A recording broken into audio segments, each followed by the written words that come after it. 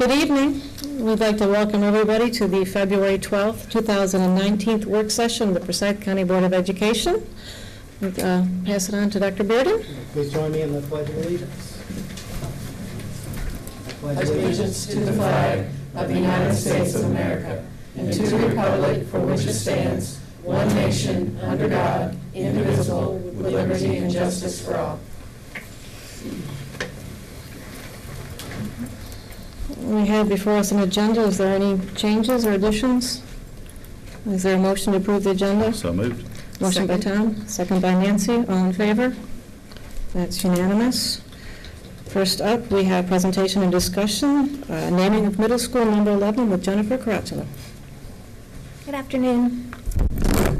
We closed our voting for middle school number 11, and the results that we have right now are that Hendricks had 15,000 plus of the vote, Cobb had 1,600 of the vote, and Drew had 1,500 of the vote. And of course, Hendricks was named after deceased board member Don Hendricks.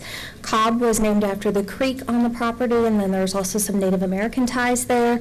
And then Drew is a former community where the school is located that is actually within the Ducktown community too in that area. So we had about 20,000 people vote, which is really what you want whenever you're looking at a population of 220,000 people. You want 10 to 15% of your population to vote. And then we also had some write-ins, so I provided you the list of write-ins as well. If it was 10 or below, or the individual was living, like Dr. Bearden received 1 vote, I did remove those from the list. We'll talk about that. Carl Mercer had 2. Carl had 2. Yeah, he did. So Blue Springs came in. Blue Springs came in with over 600 votes, and that's actually for the farm, which is part of the property that you purchased for the school.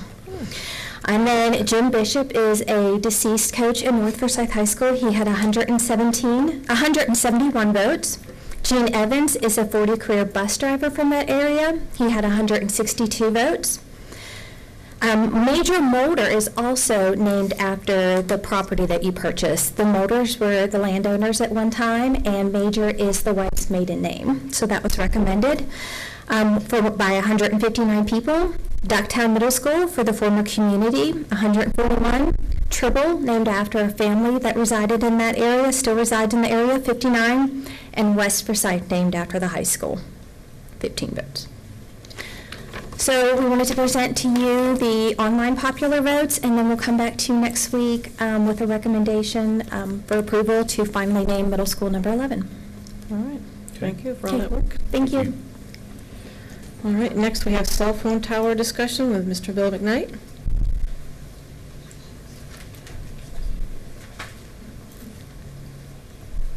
Thank you. Forsyth County Schools has been contacted by General Dynamics representing Verizon Wireless Program. They are interested in leasing approximately a 100 by 100 square foot area on the north side of the Riverwatch Settlers Bridge property for the purpose of constructing a new cell tower. The cell tower leases are typically 25 years in length, and they are offering $1,000 a month.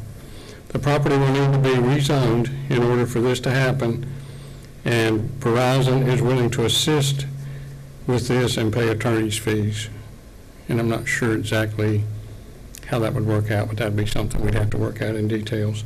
If the board is interested in pursuing this, Verizon will further evaluate the property to ensure that a tower in this location will absolutely or adequately meet the needs of the community. There will be many more details that the facilities department will have to work out with Verizon before the lease could be finalized. This information is provided to the board to consider, and please advise us if you wish to proceed. Okay, so then I asked Mr. McKnight if he would present this tonight. We've had this conversation in the past, and we have not moved forward. However, we wanted to bring it back up. The $1,000 a month, as you know, we have our new, well, it's not new anymore. Our education foundation was been in existence for several years. We saw this as a good opportunity, if the board wanted to move forward, to use that funding for the education foundation. That would give them $12,000 a year of additional income to support grants in our school system.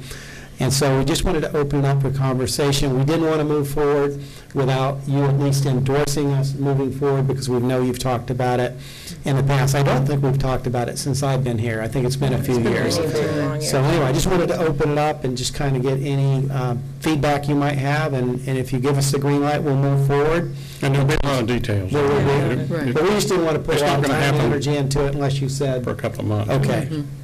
Well, we all use cell phones, including our children nowadays, and things have changed since 10 years ago, so the demand is neat, and there's a lot of black areas in that area of the county where you can lose coverage. I'm a Verizon user, so I'd love to look into it more.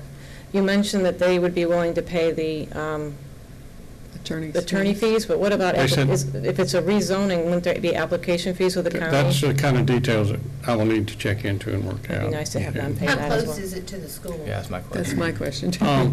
We don't know that yet. Those Would are you some have of the details that stipulation we'll on have to the work distance? out. All they have told us so far is they need a 100 by 100 space on the, it would be on the highest part of the property, obviously.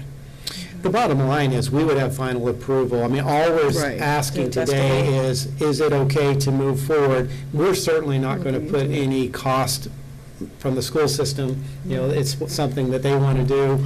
It will obviously very much benefit them, but it'll also benefit our education foundation. But they're going to have to pay the cost for it, and then also come to us with a recommendation of where they need it, and then we decide whether or not that's a good idea or not a good idea based on that location.